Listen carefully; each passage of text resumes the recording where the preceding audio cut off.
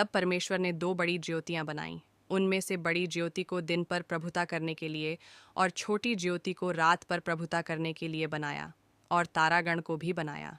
परमेश्वर ने उनको आकाश के अंतर में इसलिए रखा कि वे पृथ्वी पर प्रकाश दें तथा दिन और रात पर प्रभुता करें और उजियाले को अंधियारे से अलग करें। और परमेश्वर ने देखा कि अच्छा है। तथा सांझ हुई, फिर भोर हुआ।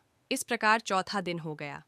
फिर परमेश्वर ने कहा, जल जीवित प्राणियों से बहुत ही भर जाए और पक्षी पृथ्वी के ऊपर आकाश के अंतर में उड़े।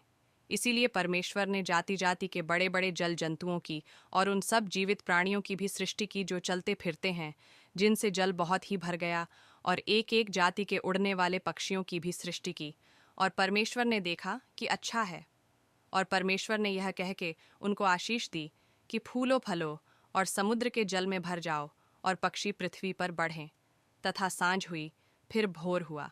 इस प्रकार पांचवां दिन हो गया। फिर परमेश्वर ने कहा, पृथ्वी से एक एक जाति के जीवित प्राणी अर्थात घरेलू पशु और रेंगने वाले जंतु और पृथ्वी के वन पशु जाति जाति के अनुसार उत्पन्न हों। और वैसा ही हो गया।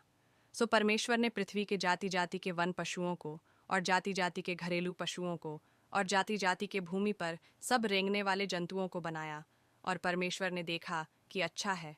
फिर परमेश्वर ने कहा, हम मनुष्य को अपने स्वरूप के अनुसार अपनी समानता में बनाएं, और वे समुद्र की मछलियों और आकाश के पक्षियों और घरेलू पशुओं और सारी पृथ्वी पर और सब रेंगने वाले जंतुओं पर जो पृथ्वी पर रेंगते हैं अधिकार रखें।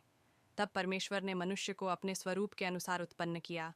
अपने ही स्वरूप के अनुसार परमेश्वर ने उसको उत्पन्न किया। नर और नारी करके उसने मनुष्यों की सृष्टि की।